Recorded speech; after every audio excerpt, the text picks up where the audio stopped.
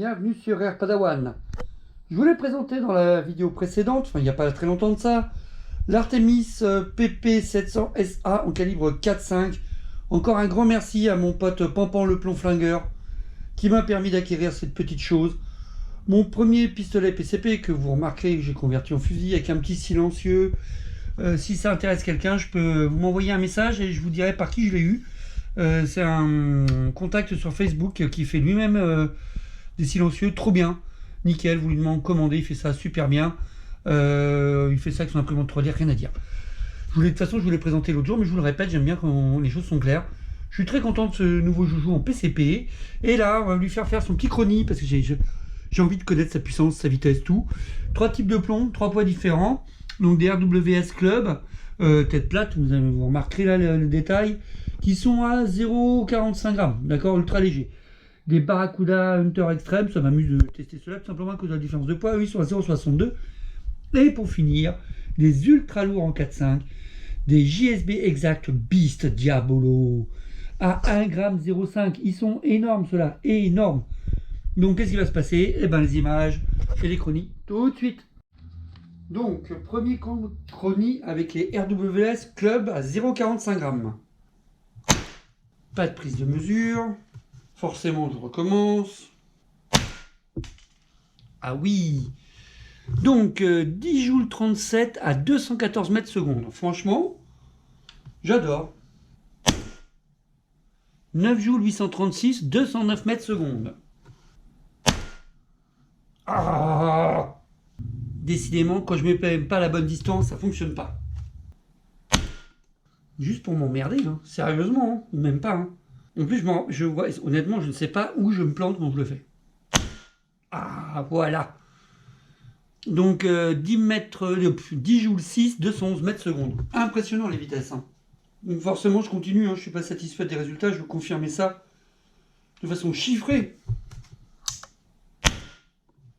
9 joules 859, 209 mètres secondes.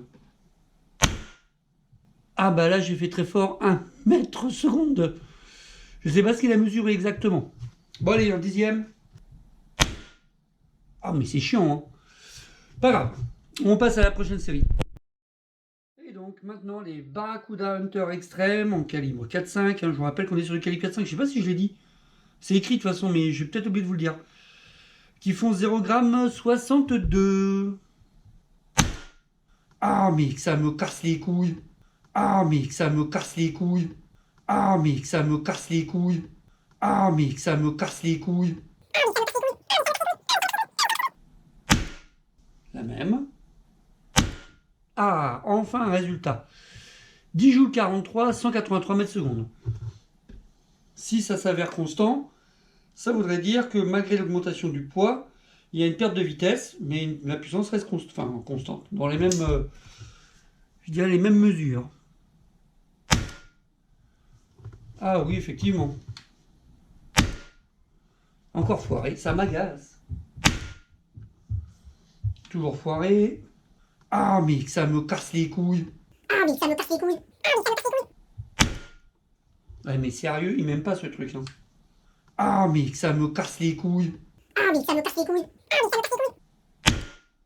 Je dois être trop près. Je sais jamais si je dois reculer, avancer, je sais pas quoi faire. Ah mais sérieusement, là je m'étais mis super loin exprès.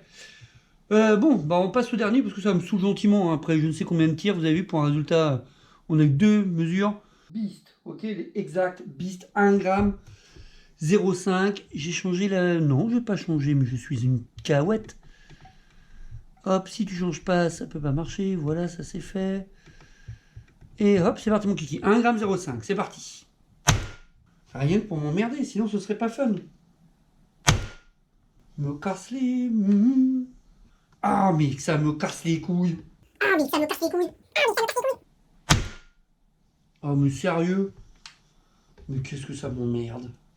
Ah, mais que ça me casse les couilles. Ah, mais ça me casse les couilles. Ah, bah voilà. 9 g 881, 137 mètres secondes. La chute de vitesse, elle est énorme. En même temps, on a pratiquement doublé de poids, quoi. Donc bon, forcément... Yes! Ça marche. Donc 9 mètres, 9,79 joules, 136 mètres secondes. Côté puissance, on est constant. Côté vitesse, il y a une vraie différence selon le poids des plombs. Vous avez remarqué. Évidemment, pour m'emmerder. Toujours pareil. Ah oui, ça me casse les couilles. Ah, voilà. Ouais, c'est ça. C'est confirmé. Au bout de 3 mesures qui corrèlent, en fin de compte, l'ensemble de ce que je pressentais. Vous avez vu 9 joules,67, 135 mètres secondes. Le poids des plombs change complètement. La puissance reste relativement la même. On est toujours dans les 10 joules, grosso modo. Et la vitesse, par contre, elle chute, puisque les premiers plombs, on était à 200 mètres secondes. Et là, on est passé à 135 mètres secondes. Regardez ça. On va refaire le bilan. Tac. Qu'est-ce que je fais? C'est pas là où je veux aller. C'est la case au-dessus.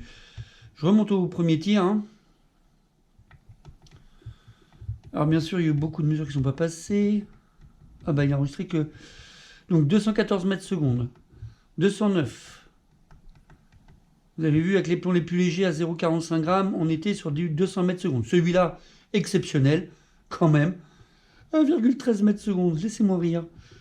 Même un escargot va plus vite. Là, on est passé à 0,62 grammes, je crois, et donc 183 mètres secondes. Vous voyez, la perte de vitesse est là. Et là, on va passer au 1 gramme 0,5, 137 mètres secondes. Donc, on a perdu quand même vraiment la vitesse. C'est ce qui m'intéresse un peu de voir avec vous dans les chroniques des plombs. L'arme, elle, par contre, est constante en puissance. Ça, c'était vraiment sympa. Donc voilà, bah, c'était Padawan qui, une fois de plus, vous a fait partager une vidéo de chronie. C'est pas les plus mieux du monde. Hein. Vous avez vu un peu le nombre de fois où je n'ai pas de résultats. Ça m'a saoulé. Mais il y a vraiment une histoire de comment se mettre ici, là. Il y a vraiment la position, l'angle, tout. Vous voyez, c'est-à-dire... Moi, j'ai l'impression, quand je regarde, que je suis face à mon orifice.